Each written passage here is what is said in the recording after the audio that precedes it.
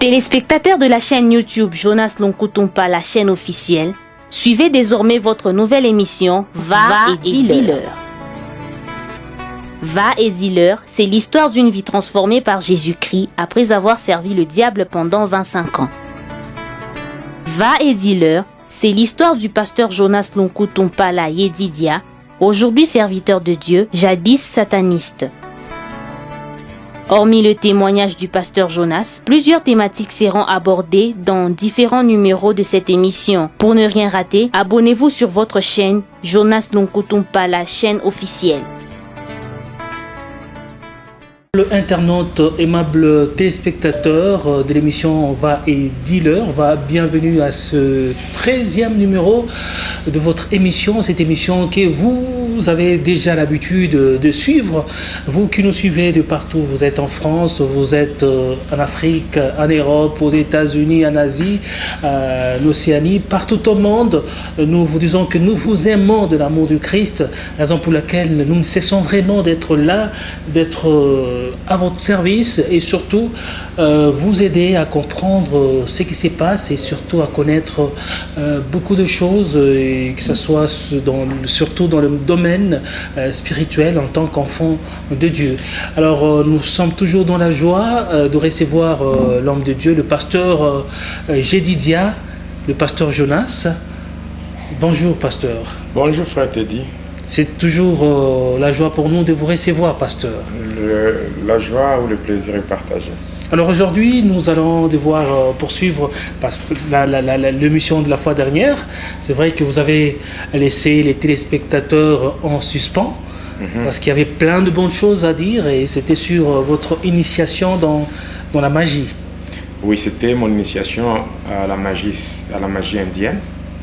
Donc les étapes par lesquelles je devais passer pour atteindre une certaine maturité, c'est ce qu'on peut dire comme ça, une certaine maturité par rapport à la magie sainte et dans la magie indienne.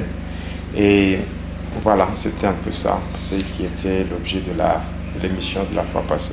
Alors, comme toujours, il est important de recommander l'émission Entre les mains du Seigneur, étant donné que c'est lui qui dirige tout. Amen. Notre Dieu et notre Père, toi qui nous aimes d'un amour vrai, un amour éternel, tu nous as choisis, tu nous as tirés du milieu de la foule, mais tu as fait de nous tes instruments. Et nous sommes prêts pour te servir, ô Dieu, passant par le témoignage. Il est dit à la loi et au témoignage, car si on ne parle pas ainsi, il n'y aura point d'aurore pour le peuple. Mon Dieu, nous nous soumettons à ta volonté et nous implorons ta présence. Que ton sang précieux nous couvre, nous rende invisibles, et que ton esprit nous oriente afin que cette émission, ce témoignage soit donné pour ta gloire.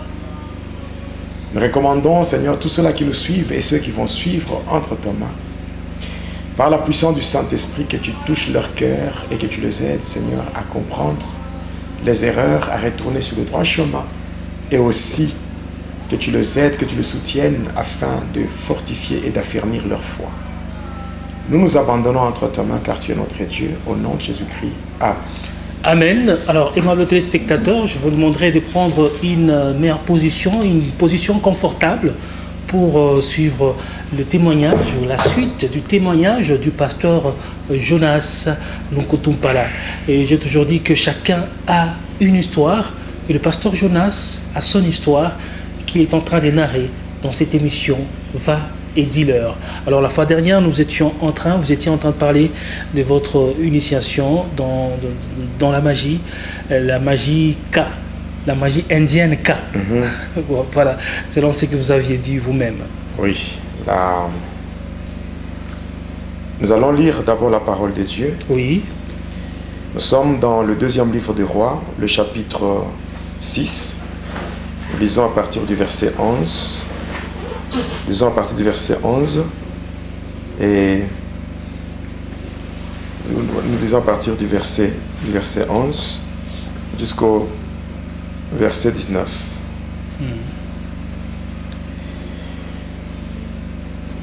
Le roi de Syrie en eut le cœur agité. Il appela ses serviteurs et leur dit, « Ne voulez-vous pas me déclarer lequel de nous est pour le roi d'Israël ?» L'un de ses serviteurs répondit, « Personne, ô roi, mon Seigneur. » Mais Élisée le prophète qui est en Israël rapporte au roi d'Israël les paroles que tu prononces dans ta chambre à coucher. Et le roi dit, « Allez et voyez où il est, et je le ferai prendre. » On va lui dire, « Voici, il est à Dothan. » Il y envoya de chevaux, de chars et une troupe, une forte troupe, qui arrivèrent de nuit et qui enveloppèrent la ville. Le serviteur de l'homme de Dieu se leva de bon matin et sortit, et voici une troupe entourait la ville, avec des chevaux et des chars, et le serviteur de l'homme de Dieu. Le serviteur dit à l'homme de Dieu, « Ah, mon Seigneur, comment ferons-nous » Il répondit, « Ne crains pas, car ceux qui sont avec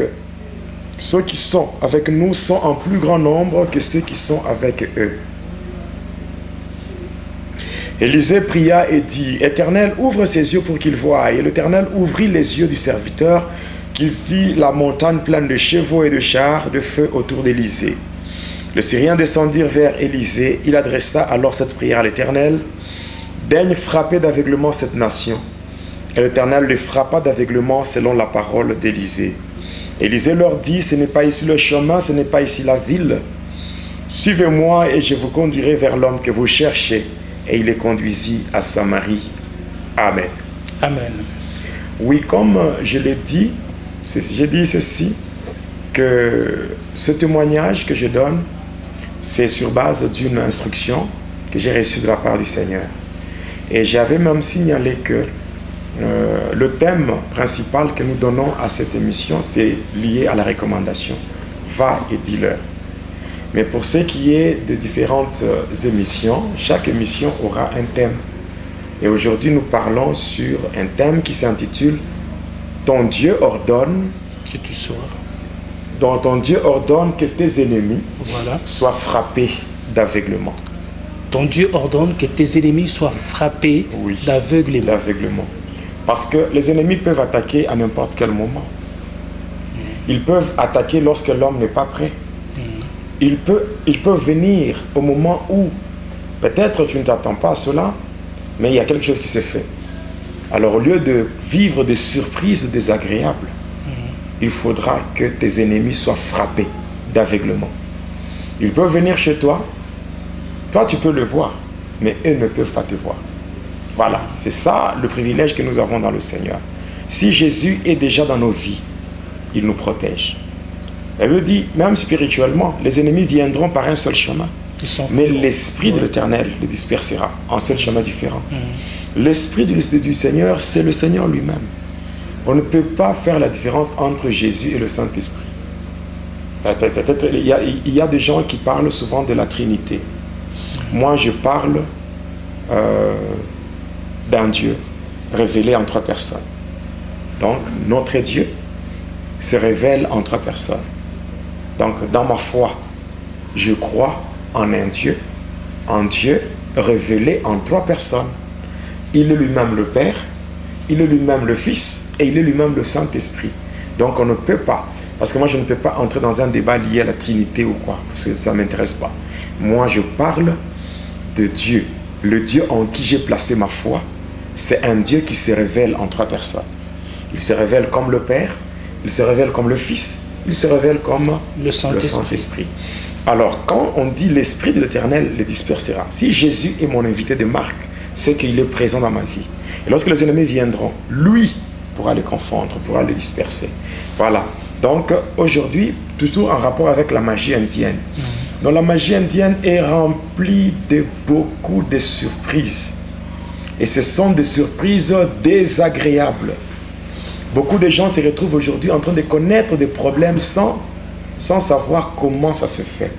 Alors tu n'as pas nécessairement besoin de connaître ce que le diable prépare contre toi. Même par rapport à la révélation, il est dit dans 1 Corinthiens 3 que nous connaissons en partie et nous prophétisons en partie. Donc ce que je peux recevoir comme révélation sur le monde des ténèbres, ce n'est pas tout. Donc tu peux avoir, Dieu peut te faire grâce de connaître quelque chose qui se prépare. Il y a des moments où Dieu ne te montre pas ça. Mais ça peut arriver à l'improviste.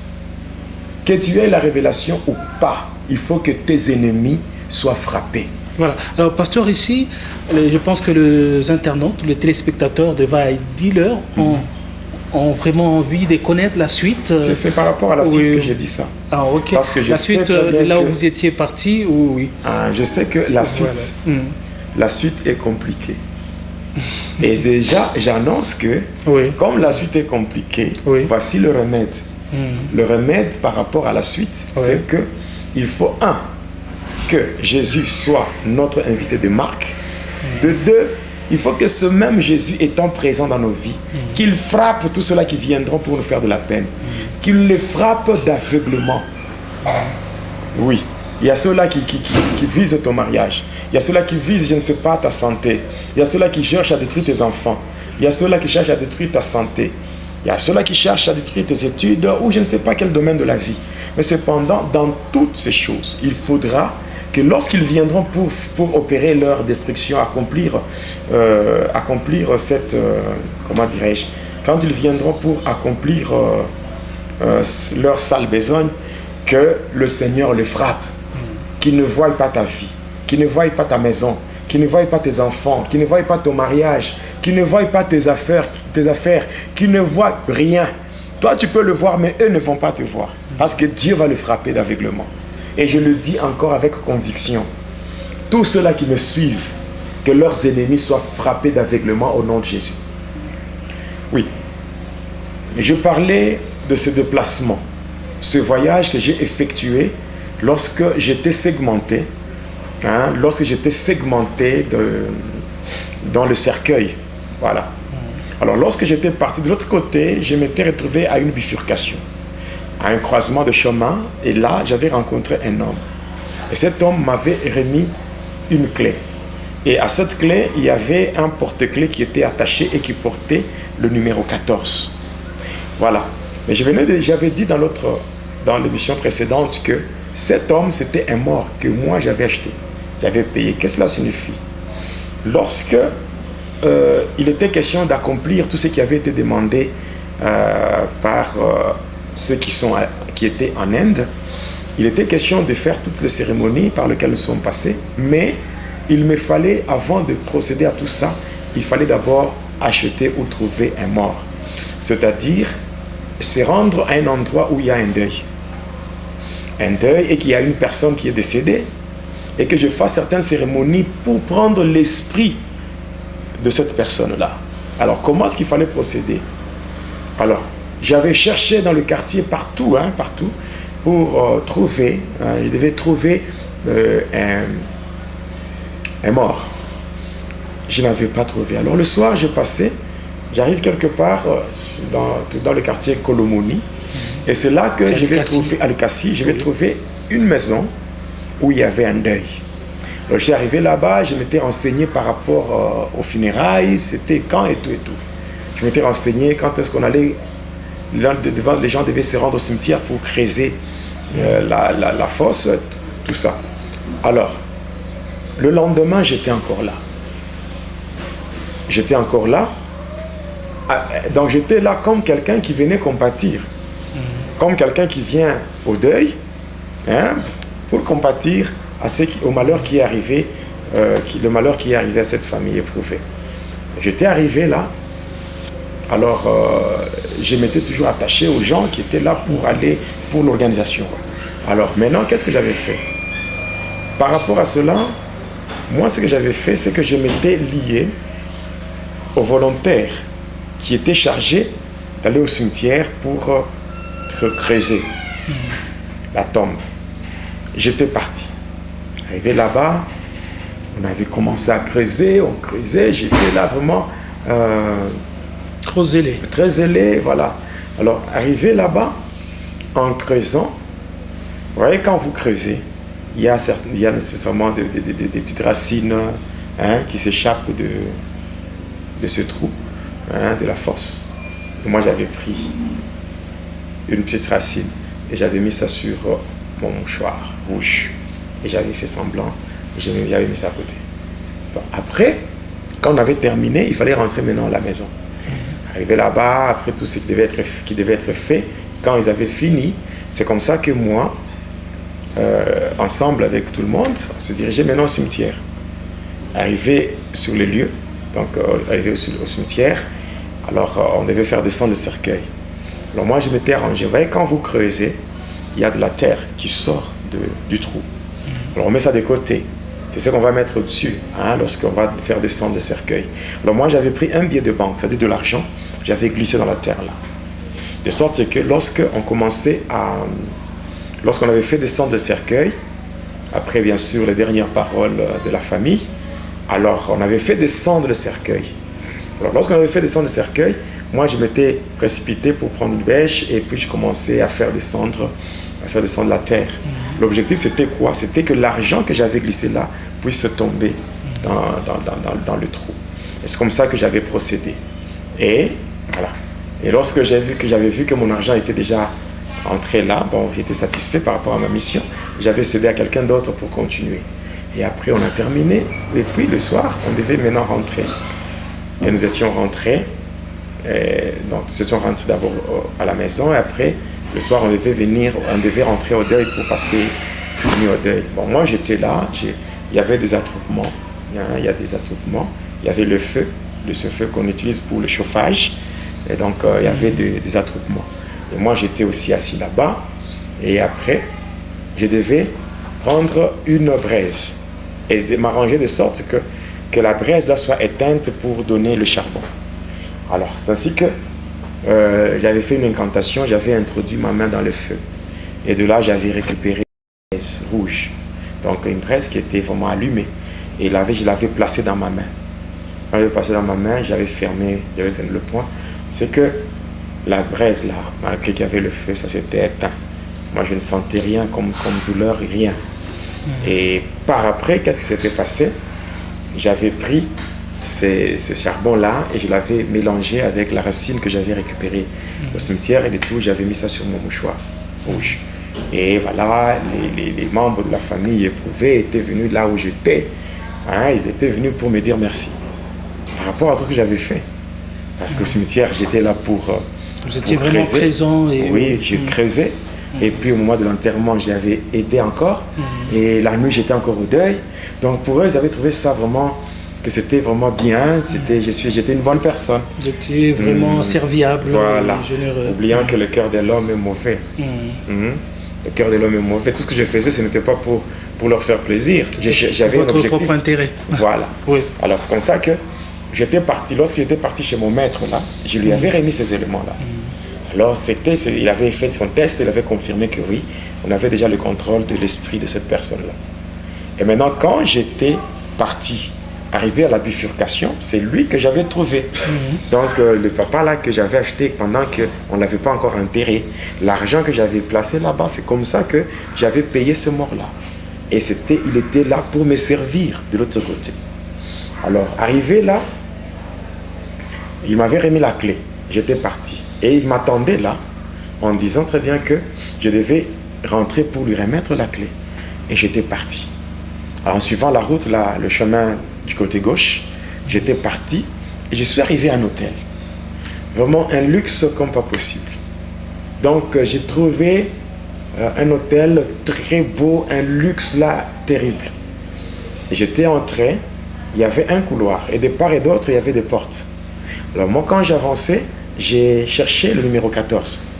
Et quand j'étais arrivé, j'avais introduit la clé et j'avais ouvert la porte. Et une fois à l'intérieur, quand j'avais poussé la porte, j'avais fermé. À l'intérieur, j'ai trouvé encore un luxe terrible. Il y avait des choses, des meubles en or, il y avait tellement beaucoup de choses, un grand lit là. Et à ma grande surprise, j'ai trouvé que sur le lit, il y avait une dame. Il y avait une dame blanche qui m'attendait. Et elle était à moitié nue, si je peux être clair. Donc elle était presque nue. Alors elle était là et elle m'attendait. Curieusement, elle m'avait appelé par mon nom. Elle m'appelle en disant, ça fait longtemps que je t'attendais. Je n'attendais que toi. Bon, on avait commencé à parler avec cette blanche-là, cette femme-là blanche. On a parlé. Et vraiment, elle était dotée d'une beauté extraordinaire. Donc c'était vraiment, je dirais, une sirène. Donc, elle avait une beauté sirénique. Alors, par rapport à cette beauté, elle était là, on s'était embrassé avec elle. Après, bon, elle m'avait proposé des trucs. Comment qu'elle devait prendre soin de moi, comment elle devait vraiment s'occuper de moi. Et tout ça, c'était vraiment... bon, on était là comme des amoureux. Et alors, comme ça, on était là, on parlait, puis... elle était en train de me séduire pour que je tombe avec elle. Alors, vu qu'elle était dotée d'une beauté extraordinaire, c'était vraiment irrésistible. Hein? Et au final, j'étais même tombé avec elle. Donc, j'étais tombé avec elle. Et pour dire mieux, vous avez couché avec elle. Oui, donc j'ai tombé avec elle, voilà. Alors, avec ça, à la fin de cet acte, elle m'avait serré très fortement dans ses bras et elle m'avait dit, tu m'appartiens. Hein, avec une voix rauque là, elle dit, mais tu m'appartiens. Et puis elle m'avait lâché. Et bien, quand elle m'avait serré comme cela, j'avais senti une forte douleur, hein, au niveau pectoral. J'avais senti une forte douleur, une très forte douleur au niveau pectoral, et elle m'avait lâché comme ça. Voilà. Et puis quand elle m'avait lâché, après, quand j'étais revenu à moi-même, c'est comme ça qu'elle m'avait remis une chaînette qu'il devait mettre autour de mon cou. Là, c'était de l'autre côté. Après, elle commence à me parler de beaucoup de choses, disant qu'elle voulait que je reste avec elle. Donc, là-bas. Oui, que je reste définitivement là-bas. Alors, en regardant sa beauté et tout, j'avais accepté. J'avais accepté de rester avec elle là-bas, tellement qu'elle était vraiment belle. Hein, bon, une beauté là, sirénique. Donc, une beauté basée sur la séduction. Donc, je parlerai dans la suite du témoignage des esprits des eaux. Hein, les esprits des eaux, la beauté sirénique. Comment aujourd'hui, le diable manipule beaucoup de sœurs. Beaucoup de sœurs dans l'habillement, dans le maquillage, dans le tressage et tout. Donc, d'une manière exagérée. Nous voyons beaucoup de gens, hein, qui sont dans le monde et qui veulent vivre selon le rythme du monde. Et très souvent, ces gens-là tombent dans le piège de Satan. De maquillage exagéré, des accoutrements bizarres. Donc, des choses où le diable pousse certaines femmes à porter des choses qui ressemblent aux habits. Au lieu de s'habiller, mais elles mettent sur leur corps des choses qui ressemblent aux habits. C'est vraiment triste de parler de ça, mais vraiment, il faut qu'on le dise. Bon, il faut que quelqu'un le dise pour que les gens comprennent. Comme il est dit, si on ne parle pas ainsi, il n'y aura pas d'horreur. Il y a des gens qui sont dans les églises, mais qui viennent avec des choses qui n'ont rien à voir avec l'église. Des accoutrements drôles, des maquillages, des habits collants, de toutes ces choses-là, et on tolère ça. Et c'est parmi les principes de la Kabbale avec les pasteurs qui sont dans la Kabbale et qui disent non, Dieu ne voit pas l'aspect extérieur, Dieu voit le cœur. Or, quand il est dit dans 1 Corinthiens 6,19, ne savez-vous pas que votre corps est le temple du Saint-Esprit, c'est que la demeure de Dieu, hein, doit quand même être modèle et présentable. On ne peut pas abriter Dieu dans un corps qui est souillé, un corps qui est profané. Un corps sale. Voilà, donc il y a des choses là qu'il faut corriger. Il y a ce libertinage que nous voyons aujourd'hui dans les églises. Parce que, selon le principe de la Kabbale, pour qu'un homme qui est dans la Kabbale ou dans l'occultisme, qui s'est fait passer pour un pasteur, pour qu'il commence à opérer avec puissance, il faut que le péché puisse abonder dans son église. Mais Paul dit, ce n'est pas parce qu'il y a la grâce que le péché doit abonder. Parce qu'il est dit que là où le péché abonde, la grâce surabonde. Ça, c'est tordre les Écritures. Il n'est pas dit que parce qu'il y a la grâce, les gens doivent exceller dans le péché. Non. Non. Non, donc il y a des choses qu'il faut corriger. Et Jésus a dit dans Matthieu 24, verset 15, mais lorsque vous verrez l'abomination de la désolation qu'avait parlé le prophète Daniel s'installer dans le lieu saint, alors que celui qui lit fasse attention. Nous sommes à une période compliquée où le diable est en train de faire son travail. Il n'y a que de chrétiens, au lieu de chercher le salut pour que la bénédiction soit la conséquence de ce salut. Aujourd'hui, c'est seulement l'évangile de la prospérité pour distraire les enfants de Dieu, ceux-là qui cherchent le sensationnel. Donc ce n'est pas vraiment bien. Alors, elle m'avait fait visiter sous ces lieux-là, et puis moi je lui avais dit, la personne qui m'avait donné la clé m'avait dit que je devais rentrer pour lui remettre cette clé. Alors j'ai dit à la femme, là, j'ai dit, ok, c'est bon. Comme tu m'as demandé de rester définitivement avec toi, je veux bien, mais cependant, il faut d'abord que je remette la clé. Et après avoir remis la clé, je reviendrai. C'est comme ça qu'elle m'avait libéré. Alors j'étais rentré. Parce que si je n'avais pas fait cette cérémonie de payer ou d'acheter un mort, bon, maintenant, qui devait me guider là-bas? Ah oui. C'est comme ça que, après avoir dit à cette femme, j'étais rentré. Je suis arrivé là où était le monsieur, je lui remets la clé.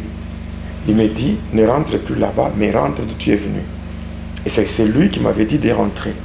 Et maintenant, quand j'ai rentré, j'ai pris le chemin pour rentrer. Au devant de moi, il y avait des flammes de feu. Alors, il fallait entrer dans ce feu-là pour venir dans ce monde. Donc, c'est comme pour dire, le monde de ténèbres, c'est une prison. Ils sont vraiment dans un lieu où ils sont environnés par des feux, donc par des flammes de feu, de sorte qu'ils n'ont pas vraiment le droit, ils n'ont aucun ministère à venir exercer chez les humains. Voilà. Alors moi, j'ai traversé le feu, je suis passé à travers le feu, et curieusement, je me réveille. Je me réveille où? Dans le cercueil. Et là, dans le cercueil, je me retrouve torse nu, pieds nus, mais avec un pantalon. Et maintenant, quand je me retrouve là-bas... Et tous les membres qui sont reliés. Oui, et cette fois-là, toutes les trois parties sont maintenant reliées, rassemblées.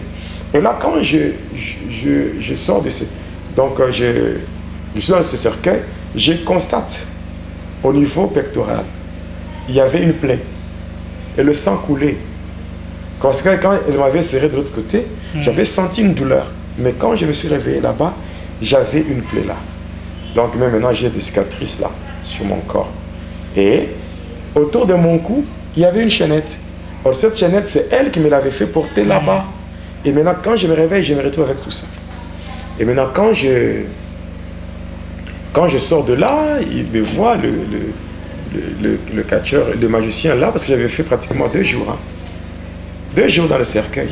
Et même dans le monde physique, mes parents ne savaient même pas où est-ce que j'étais. Donc j'étais parti, j'étais dans cette pièce-là. Donc si j'avais échoué par rapport à toutes les cérémonies qui devaient être faites là-bas, là c'était fini pour moi. C'est pratiquement les squelettes. Oui, c'est le sort de ceux-là aussi qui avaient échoué. Et finalement, voilà. Okay. Voilà, moi j'avais quand même... Et personne réussi. ne savait que vous étiez là? Non. Il n'y avait que moi et ces magiciens-là. Et donc, s'il est arrivé que vous puissiez échouer, donc, personne ne pouvait penser que vous étiez entré là-bas. Je ne serais même pas enterré. Oui. Je ne serais même pas enterré. Alors voilà, comme ça, j'étais sorti de là, il m'avait encouragé, il m'avait félicité et tout. Il était vraiment content en disant qu'il était vraiment fier de moi. Et j'étais parti, j'étais rentré à la maison, j'arrive là-bas, je fabrique des astuces là, j'arrive à monter un mensonge là, juste pour me justifier par rapport à cette absence-là. Oui. Et après, mon père m'avait déjà donné ma propre maison, donc j'avais une maison de plus de 6 pièces, c'est chez moi, c'est là où je restais seul. Alors par après, j'évoluais comme cela, j'évoluais toujours dans la magie, j'étais tout le temps avec lui pour d'autres initiations, d'autres formations, et il me donnait d'autres livres, il me donnait beaucoup de choses pour que j'évolue dans la magie. Et curieusement, un jour, il m'avait invité. Il m'avait invité et je l'avais rejoint, et de chez lui, nous étions partis prendre la bière. C'était dans une terrasse, nous étions partis. C'était à Likasi, dans la commune de Kikula, sur l'avenue Nkita. Il y avait un bar, une buvette qui portait le nom de Intersama. Donc ceux qui sont de Likasi, quand je donne des précisions pareilles, c'est pour vérifier, que les gens qui veulent vérifier peuvent le faire. Donc nous étions entrés là-bas et on avait commencé à prendre la bière. On avait commencé avec la bière, on avait pris la bière jusqu'à 22h30. On était ivre, hein? Alors il prend un colis. Il y avait des éléments qui étaient dans une étoffe de couleur bleue. Alors il prend le colis, il me remet. Il me remet le colis, il me dit, avec ça, tu vas aller au cimetière. Tu dois arriver à 23h. Et toujours dans cet état de d'ébriété? Oui, à 23h. Et puis, à 23h30, tu vas faire les incantations. Et tout ce qui apparaîtra, tu n'as pas le droit de fuir. Tu n'as pas le droit de fuir ou de paniquer.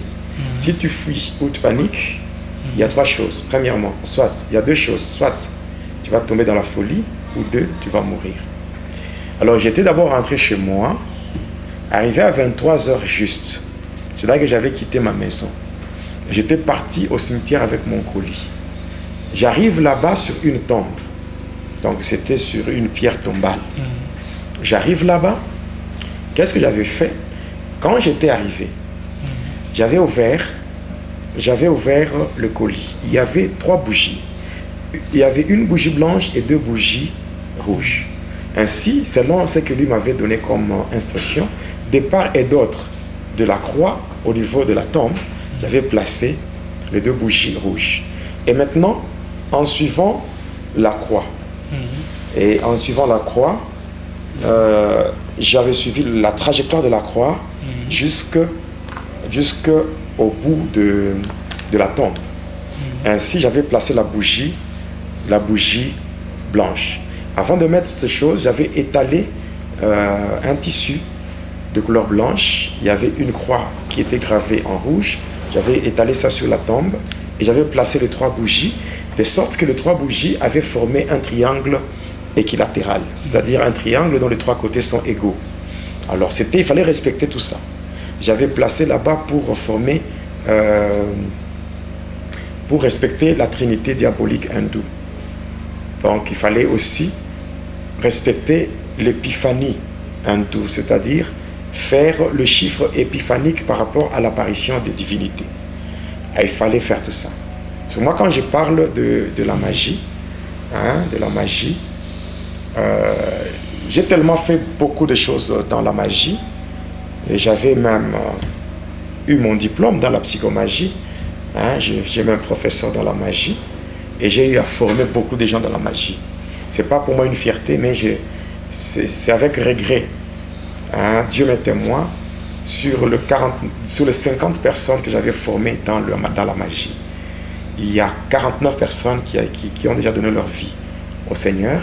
Il n'y avait qu'une seule personne qui voulait continuer dans cette folie de grandeur et qui avait finalement trouvé la mort dans une carrière où il y avait un éboulement. Et c'est là que ce monsieur avait trouvé la mort. Voilà. Alors, lorsque j'avais fait ça, toujours dans le colis, il y avait une clochette qu'on utilise dans l'église catholique au moment de ce qu'on appelle la transsubstantiation. La transsubstantiation, c'est une cérémonie par laquelle on change le pain, ça devient le corps, et le vin, ça devient le sang dans l'église catholique. Et quand le prêtre fait ça, les acolytes sont à genoux et ils vont sonner avec leur clochette. Cette étape-là, elle est satanique. C'est pour cela, c'est par rapport à cette cérémonie qu'il y a échange, où on change les hosties. Les hosties viennent de différentes congrégations de sœurs, donc les religieuses. On amène, souvent ce sont les sœurs carmélites qui amènent des hosties comme ça. Maintenant, lorsque on fait cette cérémonie-là, la transsubstantiation, c'est là qu'il y a une ouverture qui se crée à partir de la sacristie, à partir d'une pierre qu'on appelle le pétra. Il y a le pétras et le pétros, parce que le pétras, on met ça du côté gauche à la fondation de la sacristie, et le pétros, on met ça sur l'autel, on appelle ça le tombeau d'autel. Qu'on se dise la vérité, est-ce que dans une église de Dieu, vous pouvez avoir aussi un tombeau? Allez demander à ceux-là qui ont fait la liturgie, même les acolytes. Dans la liturgie, on leur apprend en disant que ces lieux-là, quand vous voyez le prêtre, il monte, les autres restent au niveau de l'estrade, lui il monte là-bas, il y arrive là-bas, il s'incline et il va donner un baiser là. Dites-moi que c'est biblique ça. Et on appelle ça dans la liturgie, on appelle ça le tombeau d'autel. Est-ce que dans l'église où les gens se réunissent pour rendre un culte à Dieu, il peut y avoir aussi un tombeau? Pendant que le Dieu du ciel lui-même dit, je suis pas un Dieu des morts, je suis un Dieu des vivants. Alors vous voyez, il y a des choses qui se démontrent bibliquement parlant. Alors c'est comme ça qu'il y a une ouverture qui se crée.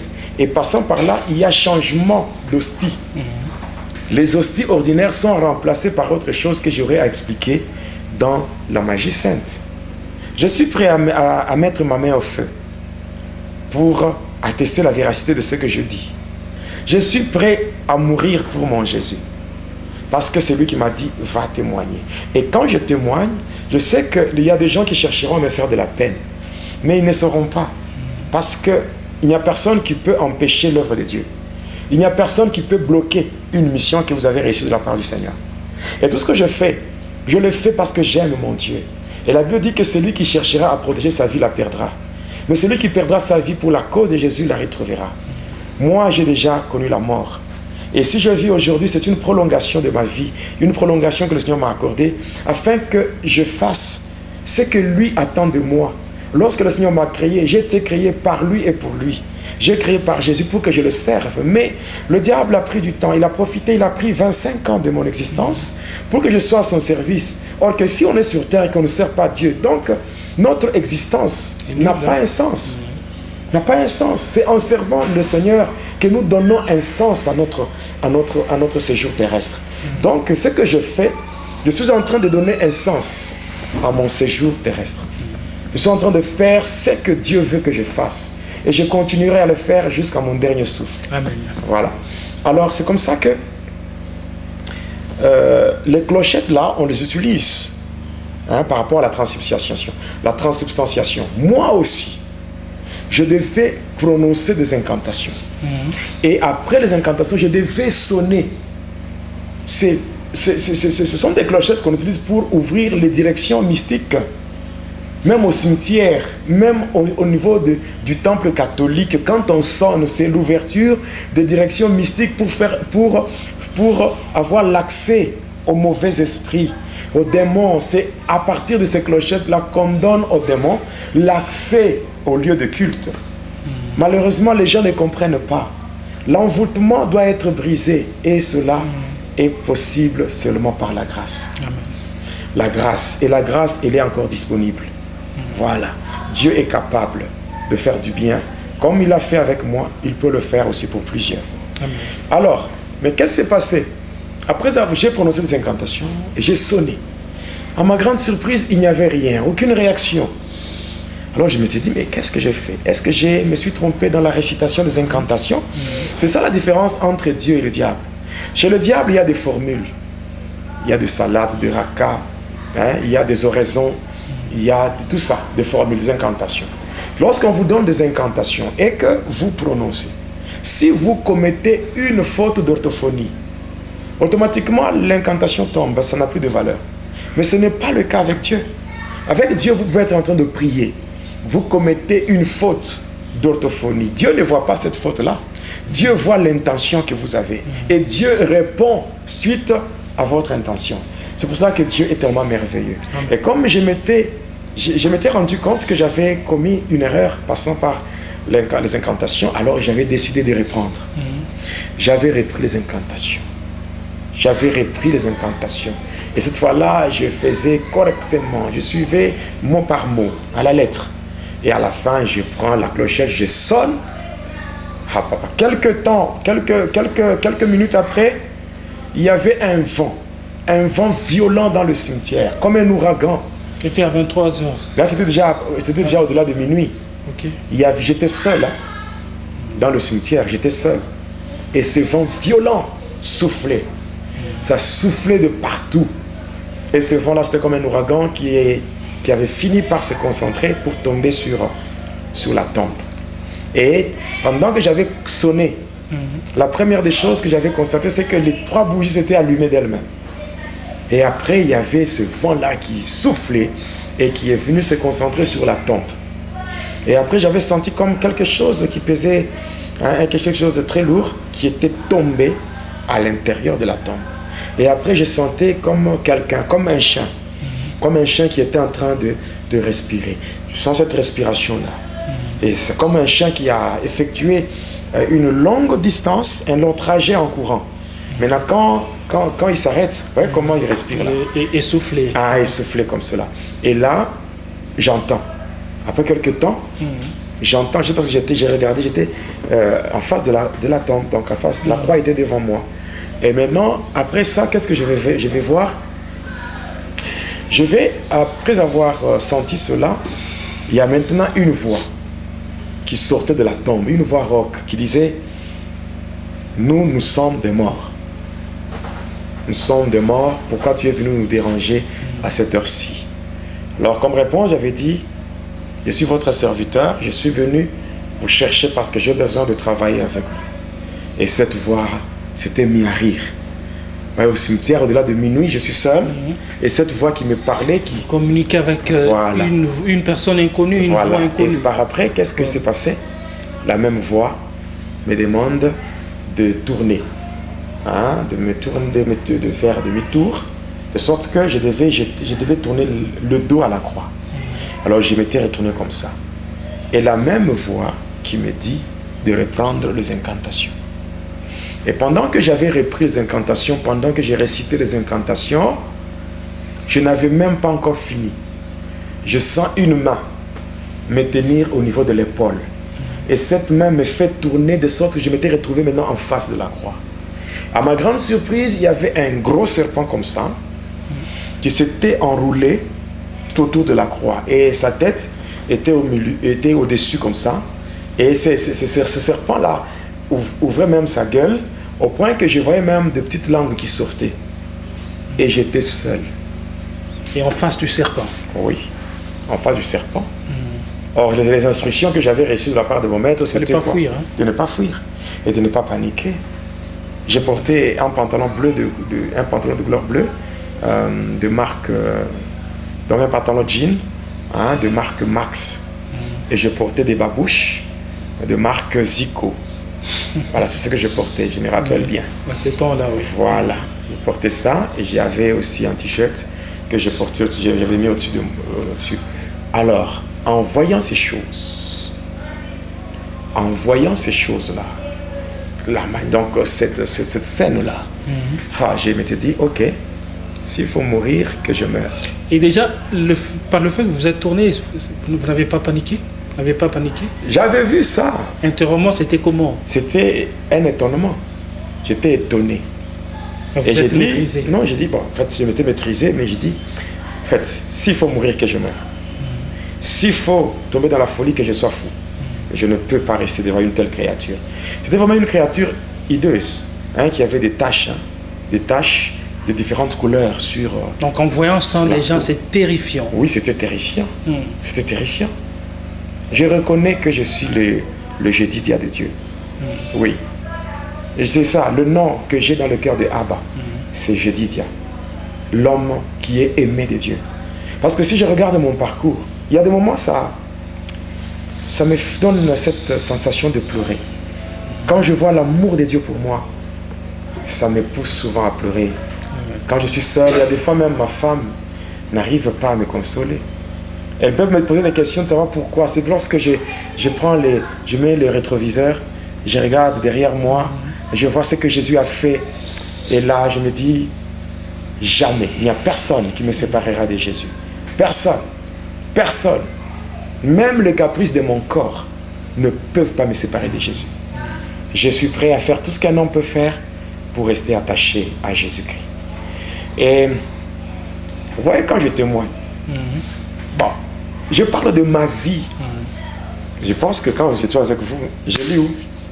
Non, vous ne lisez pas. Vous savez qu'il y a que de la Bible qui est devant vous. Voilà. Donc, je parle de ma vie. Oui. Donc, je ne puise pas dans une source quelconque. Donc, c'est ma vie, mon parcours avant de recevoir Jésus. Et je parlerai aussi de mon parcours avec Jésus. Donc, vous êtes en train de ressasser votre passé. C'est ça. Et après, quand j'ai commencé à reculer, quand j'ai reculé,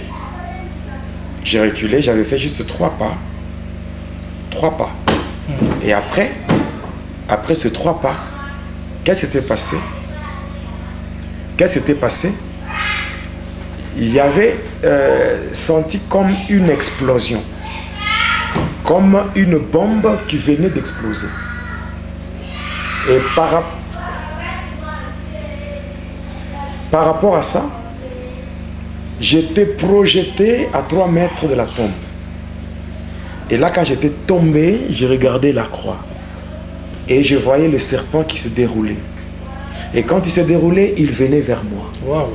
Et moi qui étais par terre là, je cherchais par tous les moyens comment me lever. J'avais réuni tout mon courage pour me lever, c'était impossible. Les babouches projetaient de l'autre côté, moi cloué là au sol. Et le serpent venait. Et quand il venait, il était arrivé là où j'étais et il m'avait mordu. Au niveau de mon pied. Mais maintenant, j'ai cette cicatrice. Et là, j'avais perdu connaissance. Ayant perdu connaissance, quand j'étais revenu à moi-même, je regarde à gauche, je regarde à droite, je regarde, mais où est parti le serpent? Il était où? Personne. Donc, nulle part. Je ne vois pas de serpent, donc je sais pas, mais il était parti où? En réalité, ce serpent s'était incarné en moi. Il était entré en moi, ce serpent-là. Il était entré en moi. Et quand j'essaie de me lever pour avancer, curieusement, un homme apparaît devant moi. Il était en train de planer, ses pieds ne se posaient pas au sol. Il était vêtu en une toge de couleur noire. Et il s'était présenté sous le nom de Hindu Sankara. Voilà. Il s'était présenté sous le nom de Hindu Sankara. Et par après, il m'avait remis une chaînette. C'est comme une chaînette c'est l'équivalent du chapelet chez le catholique, l'équivalent du tasbih chez le musulman. Et cette chaînette-là, on appelle ça le Mangal Sutra. C'est ce qu'ils utilisent dans l'hindouisme, dans la magie hindoue. Alors, il m'avait remis, il y a des boules, il y a au moins 108 boules qui sont en fait les différentes incantations adressées à Krishna, parmi les divinités indiennes. Alors, il m'avait remis cette chaînette-là. Et quand je voulais lui poser une question, il avait disparu. Alors moi, j'avais juste récupéré la clochette et j'avais laissé le bougie allumé. J'avais laissé cette étoffe-là qui était étalée sur la tombe et j'étais rentré. Pendant que j'étais en train de rentrer, il y avait, comment dirais-je, il y avait un parfum. Une forte odeur. Et le monsieur là qui planait, ou les hindous, il était parti. Il a disparu aussi. Il a disparu.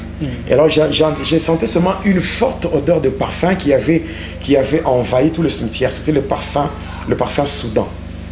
Alors, pendant que j'étais en train de sentir cette odeur-là, c'est là que j'entends une voix. C'est la voix de Hindu Sankara qui me parlait en disant, à 3 reprises, n'oublie pas ton premier sacrifice, n'oublie pas ton premier sacrifice, 3 fois. Après, j'étais parti. Et ton premier sacrifice, voilà. C'est lequel? Dans la magie indienne. Mais alors moi, je ne savais pas c'était quoi. J'étais rentré chez moi. Et après, le soir, j'étais allé voir mon maître pour lui donner le rapport de ce qui s'était passé. Et j'arrive chez lui, je lui parle de tout, il me salue avec joie, il serre ma main, tu es un brave et tu es tout. Et par après, qu'est-ce qui va se passer?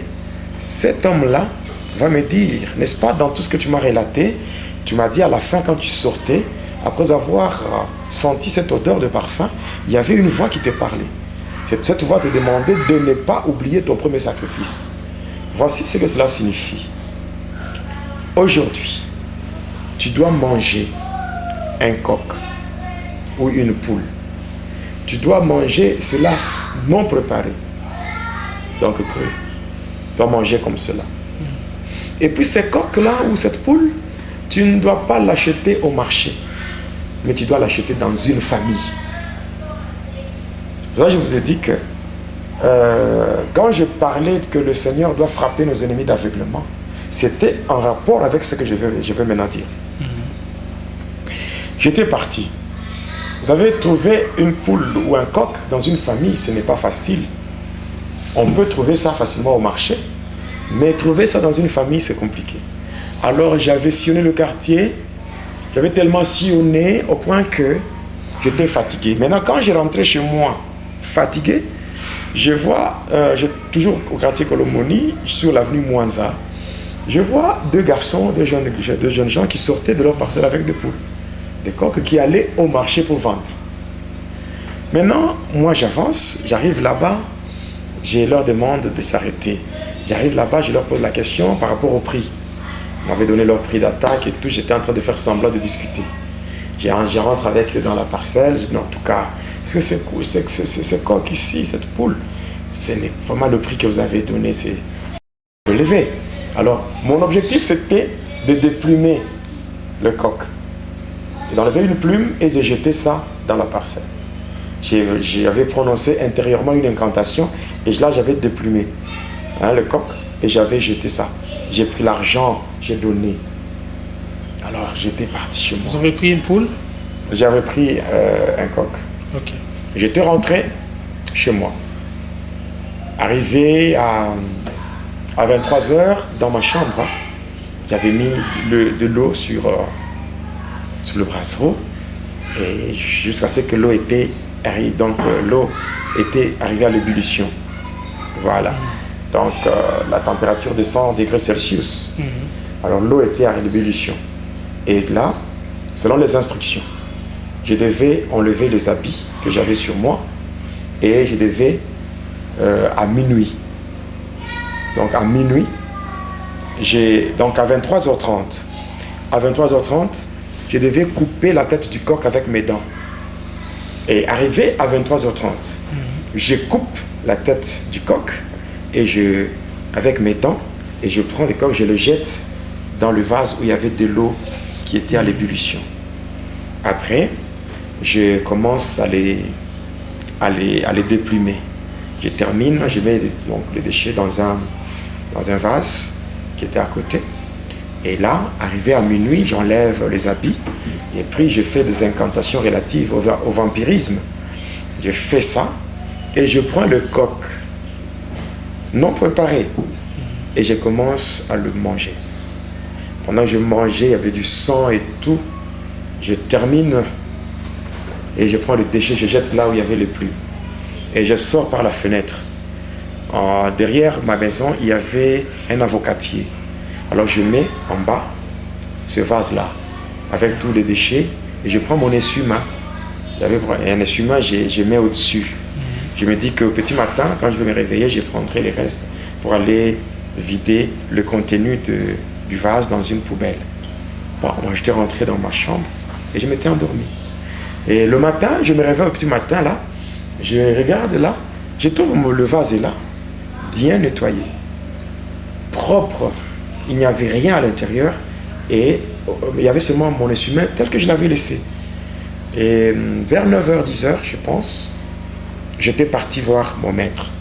Chez lui, je lui explique que cette fois-là, il m'avait serré dans ses bras, et il était dans la joie, il commençait à sauter, tout. Il criait là, il poussait des cris de joie par rapport à tout ce qui venait de se faire. Et au final, il me dit, bon, c'est bon, maintenant, nous devons vérifier ce que tu as réussi. Va là, donc sur le lieu où tu avais payé le coq, va vérifier. Et tu viendras me donner le rapport de ce que tu vas constater. Et c'est comme ça que j'étais parti. J'étais parti de chez moi et non de chez lui pour aller vérifier. J'arrive là-bas, j'arrive à l'entrée de l'avenue, je vois de loin, là où j'avais payé le coq, je vois un attroupement. Et au fur et à mesure que j'avançais, je m'étais croisé avec un papa à qui j'avais posé la question de savoir le pourquoi de cet attroupement. C'est là qu'il me dira que non, en tout cas, il y a un deuil là-bas. Il y a un enfant qui est mort la nuit. Je suis arrivé là-bas, j'entre aussi dans la parcelle, je m'étais assis, comme quelqu'un qui vient consoler une famille éprouvée. Il y avait beaucoup de gens, et puis la maman pleurait, elle pleurait. Quand je me rappelle de cette histoire, je me rappelle de cette scène, ça me donne la chair de poule, parce que ça fait très mal. À ce moment, quand elle pleurait, elle disait, mon fils n'était même pas malade. Arrivé à 23h30, l'enfant était tombé dans une forte fièvre. Et cette fièvre était d'une courte durée parce que 30 minutes après, l'enfant avait rendu l'âme. À 23h30, je coupe la tête du coq, l'enfant est frappé d'une fièvre. Ouais. Et à minuit, je commence à manger le coq, l'enfant meurt. Vous voyez? Ouais. Et là, c'était l'enfant que vous étiez en train d'égorger et de manger. Et puis, bon, dans tout ça, quand on voit, cette famille n'avait pas péché. prendre ce qui est à vous et aller vendre. Où est le mal? C'est normal. C'est normal. Mais imaginez avec une chose qui vous appartient. Et le diable parvient à vous détruire. Parvient à vous détruire. Voilà pourquoi j'ai dit au début que il faut que les ennemis soient frappés d'aveuglement. Quand je vois le texte que nous avons lu dans la Bible, je vois l'histoire du prophète Élisée. Le prophète Élisée, chaque fois que le Syrien montait un complot pour attaquer Israël, il se rendait compte qu'il tombait toujours en embuscade. Alors il se posait mille et une questions de savoir, mais qu'est-ce qui s'est passé?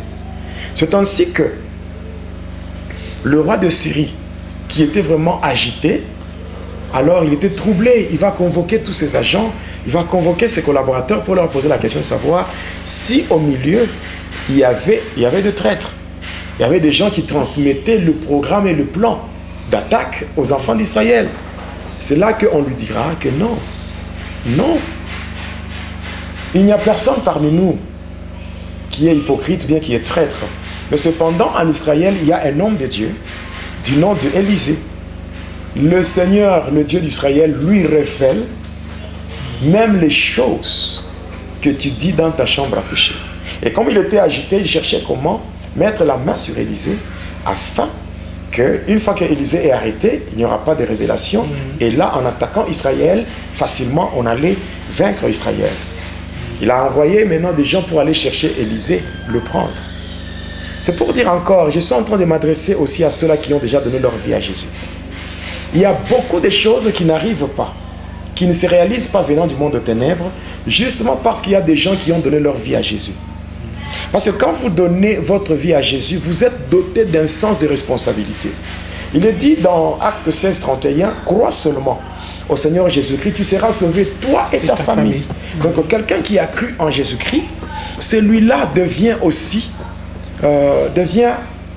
une porte pour le salut de sa famille. Pour le salut de sa famille. Voilà.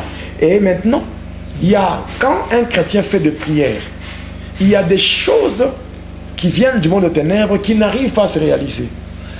Et par rapport à cela, quand le monde de ténèbres découvre une personne qui défend sa famille, ou une personne qui empêche l'accomplissement de projets de ténèbres, et qu'est-ce qu'on fait? On s'attaque à cette personne pour la détruire. Même les hommes de Dieu qui prient. Voilà pourquoi, même dans les églises, il y a des gens qui n'ont pas du respect par rapport aux hommes de Dieu, qui prennent les hommes de Dieu comme leurs amis, qui parlent en mal. Mais ils ne savent pas combien de fois les hommes de Dieu sont menacés par le monde de ténèbres à cause de leurs prières. Parce que ce sont ces prières-là qui font en sorte que Dieu qui écoute les prières de ses serviteurs, c'est Dieu commence à protéger et à empêcher certaines choses négatives. Alors, maintenant, qu'est-ce qui s'est fait? On attaque la personne. On attaque Élisée. Mais curieusement, quand ils sont allés vers Élisée, Élisée, ce n'était pas n'importe qui. Ce n'était pas un aventurier, c'était un serviteur de Dieu. Maintenant, quand on est parti l'attaquer, quelqu'un qui sert Dieu, Dieu est déjà son invité de marque. Amen. Je ne peux pas servir Dieu si je ne suis pas avec ces dieux-là. Amos 3.3 dit, des hommes ne peuvent pas marcher ensemble s'ils ne se sont pas convenus. Donc si je suis serviteur de Dieu, c'est que Dieu est avec moi. C'est mon invité de marque. Élisée, Dieu était avec lui. Pendant tout ce temps, Dieu était avec lui, même quand le roi de Syrie n'avait pas encore envoyé ses agents. Mais quand ces agents sont arrivés, Géasi, qui était sorti, ou le serviteur d'Élisée, il va voir cet attroupement-là, il va voir des chars, il va voir toutes ces choses, il commence à trembler. Beaucoup de gens croient que l'absence, ou je dirais le silence de Dieu, signifie son absence. Non. Dieu, il faut être avec lui par la foi. Quand j'ai donné ma vie à Jésus, je dois avoir la foi que Dieu est avec moi. Et même la foi, c'est croire que Dieu existe. Selon qu'il est dit dans Hébreux 11, verset 6, il est dit que sans la foi, il est impossible de lui être agréable. Il faut que ceux qui s'approchent de Dieu croient que Dieu existe et qu'il est le rémunérateur de ceux qui le cherchent. Géasi sort, il tremble, mais il va parler à Élisée. Élisée lui dit, mais tu as peur pourquoi? Tu as peur pourquoi? C'est à cause de ces gens que tu vois? Ceux qui sont avec nous sont en plus grand nombre que ceux qui sont avec eux. Parce que la maison d'un chrétien, c'est comme une ambassade. Amen. Oui, c'est comme une ambassade. Et l'ambassade se trouve dans un pays d'accueil, mais l'ambassade n'est pas protégée par l'armée du pays d'accueil. Si je suis un ambassadeur des États-Unis, je peux être au Congo. Le lieu où je reste, c'est l'ambassade. D'ailleurs, ces lieux-là ne peuvent pas considérer comme étant un lieu qui appartient au pays d'accueil. Oui, quand je suis là, c'est que je suis ambassadeur des États-Unis, par exemple, c'est que l'armée qui monte ma sécurité, ce n'est pas l'armée du Congo. C'est l'armée de mon pays d'origine.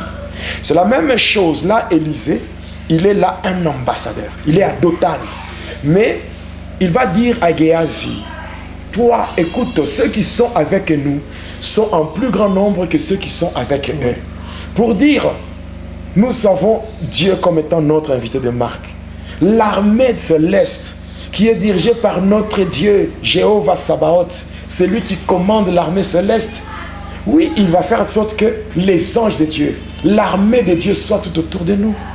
Voilà pourquoi il a dit à Dieu, ouvre ses yeux et qu'il voie. Et il a vu de chars de feu. Il a vu l'armée du ciel qui assurait la protection. Et de l'autre côté, il va faire une prière qui m'intéresse.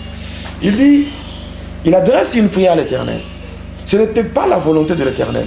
Il dit ceci, Éternel Dieu, daigne frapper d'aveuglement cette nation. Ceux qui sont venus pour me faire de la peine, qu'ils soient frappés d'aveuglement. Et la Bible dit, l'Éternel les frappa d'aveuglement selon la parole qui est sortie de la bouche d'Élisée. Donc même toi qui m'écoutes, si tu arranges ta vie avec Jésus, tu arranges ta vie avec Jésus, tu marches conformément à sa volonté, l'Éternel agréera les paroles qui sortiront de ta bouche, et par ces paroles, tes ennemis seront frappés d'aveuglement.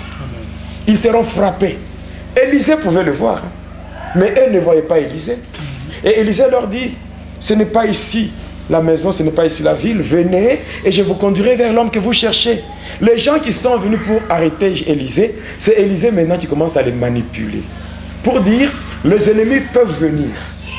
Ils ne te verront pas. Ils ne verront pas ta maison, ton mariage, tes projets, tes enfants. Ils ne verront rien, mais toi tu le verras. Et tu pourras le manipuler et le conduire. Leur dire de retourner.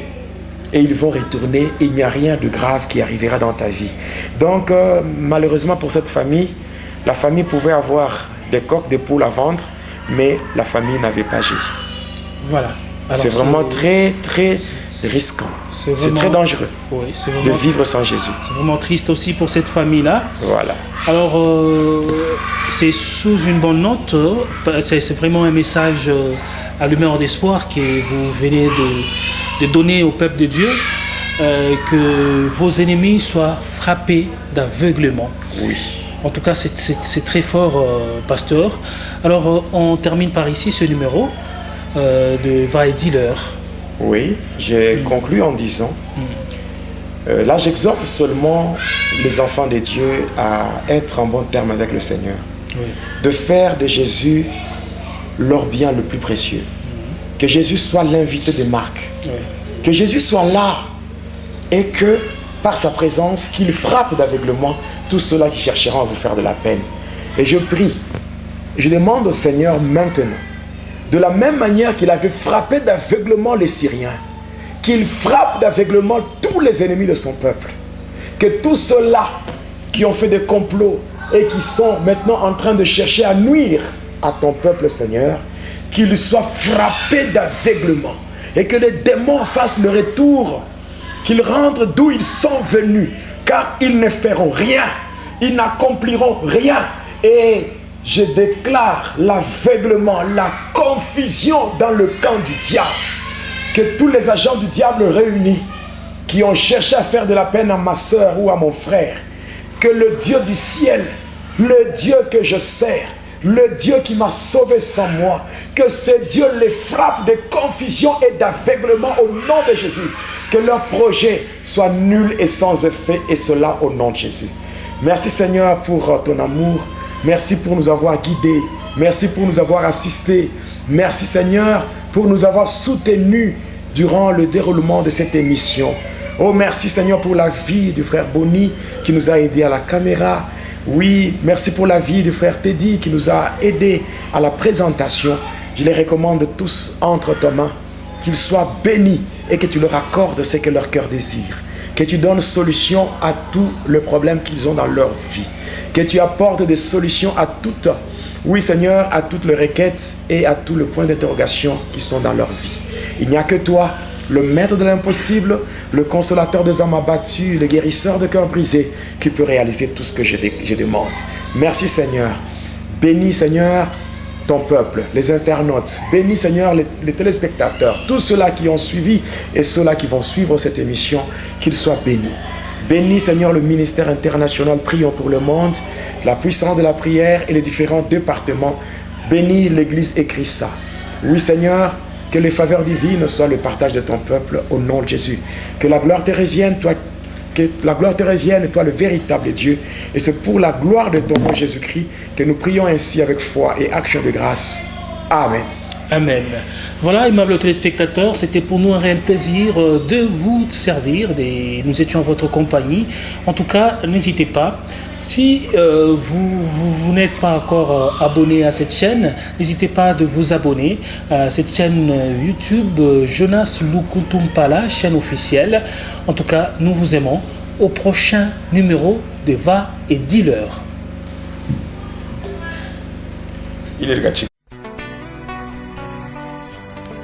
Téléspectateurs de la chaîne YouTube Jonas Lukutumpala, la chaîne officielle, suivez désormais votre nouvelle émission Va et Dis-leur.